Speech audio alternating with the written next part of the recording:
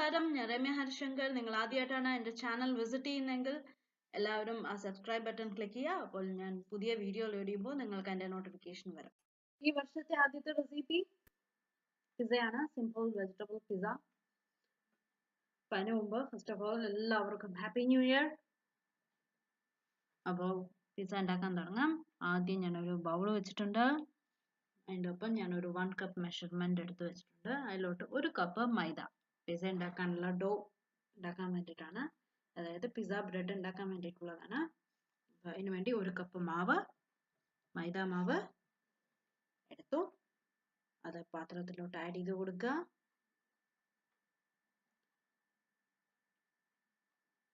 അത് കഴിഞ്ഞ് കഴിഞ്ഞാൽ നമുക്കൊരു 1/4 ടീസ്പൂൺ ഉപ്പ്, പിന്നെ ഒരു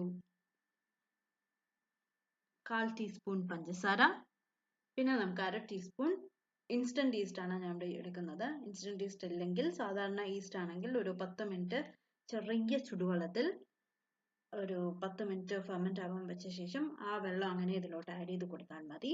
ഞാനിപ്പോൾ ഇൻസ്റ്റന്റ് ഈസ്റ്റ് ആയതുകൊണ്ട് സെപ്പറേറ്റ് ഫെർമെന്റേഷൻ ഒന്നും നിൽക്കുന്നില്ല, ഞാൻ തന്നെ കുഴച്ചെടുക്കാൻ പോവാണ്.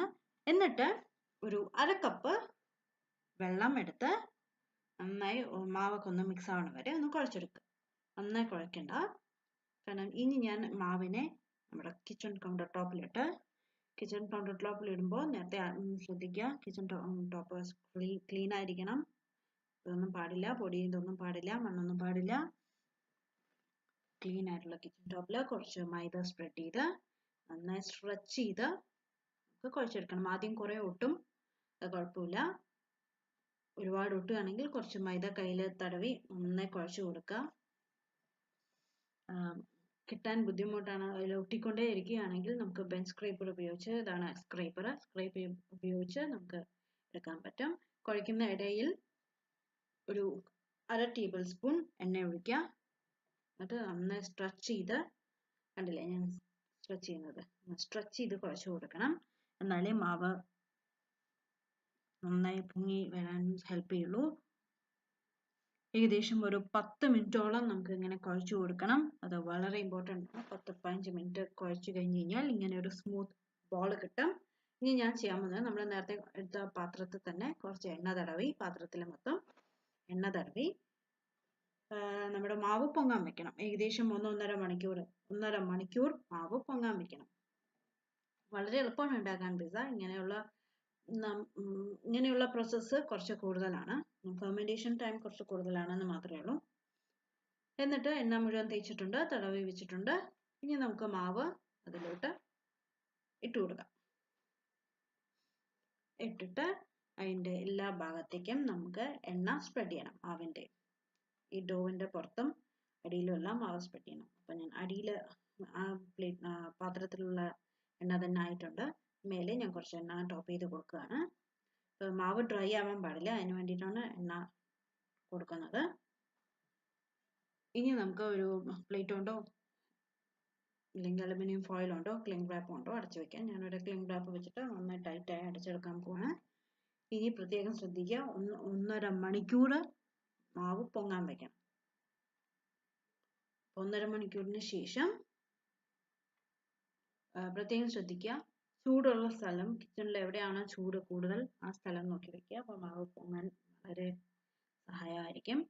1.5 മണിക്കൂറിന് ശേഷം ഞാൻ കാണിച്ചു തരാം. നമുക്ക് വെയിറ്റ് ചെയ്യാം. 1.5 മണിക്കൂർ ആയിട്ടുണ്ട്. മാവ് ഏകദേശം ഒന്ന് സ്പ്രെഡായി വന്നിട്ടുണ്ട്, കാണാൻ പറ്റും. ഇനി നമുക്ക് അത് ക്ലിംഗ് റാപ്പ് എല്ലാം എടുത്ത്, കണ്ടില്ലേ,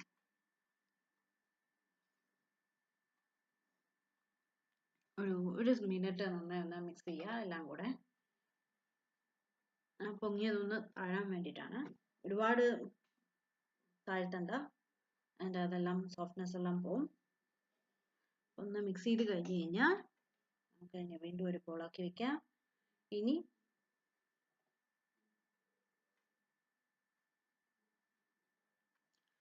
നമ്മൾ ഏതിലാണോ ബേക്ക് ചെയ്യുന്നത് പാൻ എടുക്കുക. ഇപ്പോൾ പിസ്സ പാൻ എല്ലാം കിട്ടുന്നുണ്ട്. പിസ്സ പാൻ ഉണ്ടെങ്കിൽ പിസ്സ പാൻ തന്നെ എടുക്കുക. ഇല്ലെങ്കിൽ കേക്ക് ടിൻ്റെ ബാക്ക് വശത്തിൽ ബേക്ക് ചെയ്യാം. എൻ്റെ കയ്യിൽ ഞാനിവിടെ യൂസ് ചെയ്യുന്ന കൺവെക്ഷൻ ഓവനാണ്. അപ്പോൾ കൺവെക്ഷൻ ഓവനിൽ ഇങ്ങനെ ഒരു തട്ട് വരും. അത് പല കാര്യങ്ങളും ഗ്രിൽ ചെയ്യാനും പിസ ഉണ്ടാക്കാനും എല്ലാം യൂസ് ചെയ്യാം. അപ്പോൾ ആ തട്ടിലോട്ട് തന്നെ ഞാൻ കുറച്ച് എണ്ണ ഒഴിച്ചു തേച്ച് കുറച്ച് മൈദ മേലെ സ്പ്രെഡ് ചെയ്ത് കൊടുക്കുക. കാരണം എണ്ണ മാത്രം ഒഴിച്ച് പരത്താൻ നോക്കിക്കഴിഞ്ഞാൽ വഴുക്കി പോവും. അതുകൊണ്ടാണ് മേലെ മൈദ കൂടെ തൂവി നല്ല ഞാൻ ഈ പാനിൻ്റെ സൈസിൽ തന്നെയാണ് പരത്തിയെടുക്കുന്നത്. ചപ്പാത്തി പോലെ കൊണ്ടോ നന്നായി പരത്തിയെടുക്കുക. പരത്തിയതിനു ശേഷം കണ്ടില്ലേ എത്ര തിക്നെസ് വേണം നമുക്ക്. എന്നിട്ട് അതിൻ്റെ അറ്റം 1 ഇഞ്ച് തിക്നെസ്സിൽ വിട്ട് ഒന്ന് ഇങ്ങനെ കൂട്ടി കൊടുക്കുക. അപ്പോൾ ആ ഒരു ബോർഡർ വരാൻ വേണ്ടിയിട്ടാണ്. കാരണം പിസ്സ സോസ് ഒഴിക്കുമ്പോൾ ഒഴുകി പോകാൻ പാടില്ല, ചീസ് ബേക്ക് ആകുമ്പോൾ ഒഴുകി പോകാൻ പാടില്ല. അപ്പം അതിന് വേണ്ടി ഒരു ബോർഡർ ഉണ്ടാക്കി കൊടുക്കുക. ഞാൻ ചെയ്യുന്നത് കാണാൻ പറ്റും. അപ്പോൾ എല്ലാം സ്പ്രെഡായി മാവ് പരത്തി എല്ലാം റെഡിയായി വന്നിട്ടുണ്ട്. ഇനി ഞാൻ ചെയ്യാൻ പോകുന്നത് ഒരു 15 മിനിറ്റ് ഇതിങ്ങനെ വെക്കാൻ പോവാണ്. ഒന്ന് റിലാക്സ് ആവാൻ വേണ്ടിയിട്ടാണ് മാവ്. ആ സമയം നമ്മുടെ ഓവൻ 180 ഡിഗ്രി സെൽഷ്യസിൽ ഞാൻ പ്രീഹീറ്റ് ചെയ്യാൻ പോവാണ്. അപ്പോൾ മാവ് 15 മിനിറ്റ് വെച്ചിട്ടുണ്ട്. ഓവൻ പ്രീഹീറ്റ് ആയിട്ടുണ്ട്. ഇത് ഞാൻ ഇനി ഒരു 15 മിനിറ്റ് ഇപ്പോൾ ബേക്ക് ചെയ്യാൻ പോവാണ്. ഇത് കൺവെക്ഷൻ ഓവൻ ആയതുകൊണ്ടാണ് ഞാൻ ഇപ്പോൾ തന്നെ ബ്രെഡ് തനിയെ ബേക്ക് ചെയ്തെടുക്കാൻ പോവാണ്. അത് നിങ്ങളുടെ കയ്യിൽ OTG ആണെങ്കിൽ ചെയ്യേണ്ട ആവശ്യമില്ല. ഒന്നിച്ച് നമുക്ക് വെജിറ്റബിൾസും ചീസെല്ലാം ആഡ് ചെയ്ത് 20-25 മിനിറ്റ് നിങ്ങൾക്ക് ബേക്ക് ചെയ്തെടുക്കാം. അപ്പോൾ ഫസ്റ്റ് സെറ്റിലുള്ള 15 മിനിറ്റ് നമ്മൾ കഴിഞ്ഞു. അപ്പോൾ മാവ് ഫസ്റ്റ് ബേക്ക് ചെയ്യുമ്പോൾ ഇങ്ങനെ പൊങ്ങി വരികയാണെങ്കിൽ ഒരു ഫോർക്ക് കൊണ്ടോ ടൂത്ത് പിക്ക് കൊണ്ടോ ഒന്ന് കുത്തി കൊടുക്കുക. അപ്പോൾ മാവ് ഈ പൊങ്ങുന്നത് റെഡിയാവും. ഇനി 15 മിനിറ്റിന് ശേഷം കണ്ടില്ലേ നമ്മുടെ ബ്രെഡ് പുറത്ത് വന്നിട്ടുണ്ട്. ഇതിലോട്ട് നമുക്ക് പിസ്സ സോസ് ഒഴിക്കാം. കടയിൽ നിന്ന് വാങ്ങിയാണത് യൂസ് ചെയ്യാം. ഇല്ലെങ്കിൽ ഞാനിപ്പോൾ ചെയ്ത മാതിരി ഞാൻ വീട്ടിൽ തന്നെ ഉണ്ടാക്കിയ പിസ്സ സോസ് ആണ്. ഇതിൻ്റെ റെസിപ്പി വേഗം തന്നെ ഞാൻ പോസ്റ്റ് ചെയ്യാൻ ശ്രമിക്കാം. അത് ആഡ് ചെയ്യാം. അതേമാതിരി ആ ബോർഡർ വിട്ടിട്ട് ബാക്കിയുള്ള സ്ഥലത്തെല്ലാം പിസ്സ സോസ് തേച്ച് കൊടുക്കുക. എല്ലാ ഭാഗവും കവർ ചെയ്യുക. എന്നാലേ എൻ്റെ ഫ്ലേവർ എല്ലാവിടേക്കും വരുള്ളൂ. പിസ്സ സോസ് റെഡി ആയിക്കാൻ സ്പ്രെഡ് ചെയ്ത് കൊടുത്തു കഴിഞ്ഞാൽ നമുക്ക് കട്ട് ചെയ്ത് വെച്ചിരിക്കുന്ന വെജിറ്റബിൾസ് എന്തൊക്കെയാണെന്ന് പറയാം. ഞാൻ ക്യാപ്സിക്കം, സവാള, തക്കാളി ഇത്രയാണ് സാധനങ്ങൾ. സിമ്പിൾ ആയിട്ടുള്ള വെജിറ്റബിൾസ് ആണ്. ഇതിൻ്റെ വേറെ വേർഷൻസ് എല്ലാം ഞാൻ പിന്നീട് ഒരുക്കി കാണിച്ചു തരാം. അപ്പോൾ ആദ്യം നമുക്ക് ക്യാപ്സിക്കം ആഡ് ചെയ്യാം. ക്യാപ്സിക്കം ആഡ് ചെയ്ത് കഴിഞ്ഞ് കഴിഞ്ഞാൽ നമുക്ക് സവാള, ഒരു കുഞ്ഞു സവാളയാണ് ഞാൻ എടുത്തിരിക്കുന്നത്. ക്യാപ്സിക്കത്തിൻ്റെ ഒരു പാതിയേ ഉള്ളൂ ഇതിൽ ആഡ് ചെയ്തിരിക്കുന്നത്.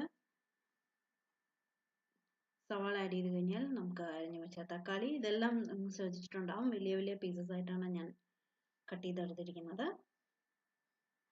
അപ്പോൾ ഇതെല്ലാം റെഡി ആയി കഴിഞ്ഞ് കഴിഞ്ഞാൽ നമ്മുടെ ഓവനിലോട്ട് 180 ഡിഗ്രി സെൽഷ്യസിൽ ഇനി ഒരു 10 മിനിറ്റ് കൂടെ ബേക്ക് ചെയ്യാൻ വെക്കുകയാണ്. ഞാൻ നേരത്തെ പറഞ്ഞു ഞാൻ കൺവെക്ഷൻ ഓവൻ ആയതുകൊണ്ടാണ് ഞാൻ ഇങ്ങനെ സെപ്പറേറ്റ് ആയിട്ട് ബേക്ക് ചെയ്തത്. നിങ്ങളുടെ കയ്യിൽ കൺവെക്ഷൻ ഓവനിലെല്ലാം OTG ആണെങ്കിൽ ഒന്നിച്ച് ഇതെല്ലാം സ്പ്രെഡ് ചെയ്ത് ഒന്നിച്ച് നിങ്ങൾക്ക് ബേക്ക് ചെയ്യാം 20-25 മിനിറ്റ്സ്. അപ്പം അതിന് മുമ്പ് ഞാൻ ചെയ്യാൻ വിട്ടുപോയി, നമുക്ക് ചീസ് ആഡ് ചെയ്യാനുണ്ട്. അപ്പോൾ ഞാൻ ആദ്യം ഗ്രേറ്റ് ചെയ്ത് ചെയ്യുന്നത് ചെഡാർ ചീസാണ്. നിങ്ങൾക്ക് ചെഡാർ ചീസ് ഇല്ലെങ്കിലും കുഴപ്പമില്ല, ഫുൾ മൊസറല്ലയിൽ തന്നെ ചെയ്യാം. അപ്പോൾ ഒരു ചെറിയൊരു നട്ടി ഫ്ലേവറിന് വേണ്ടിയിട്ടാണ് ഞാൻ ചെഡാർ ആഡ് ചെയ്യുന്നത്. ചെഡാർ ആഡ് ചെയ്ത് കഴിഞ്ഞു. ഇനി നമുക്ക് മൊസറല്ല കൂടെ ഗ്രേറ്റ് ചെയ്ത് കൊടുക്കാം.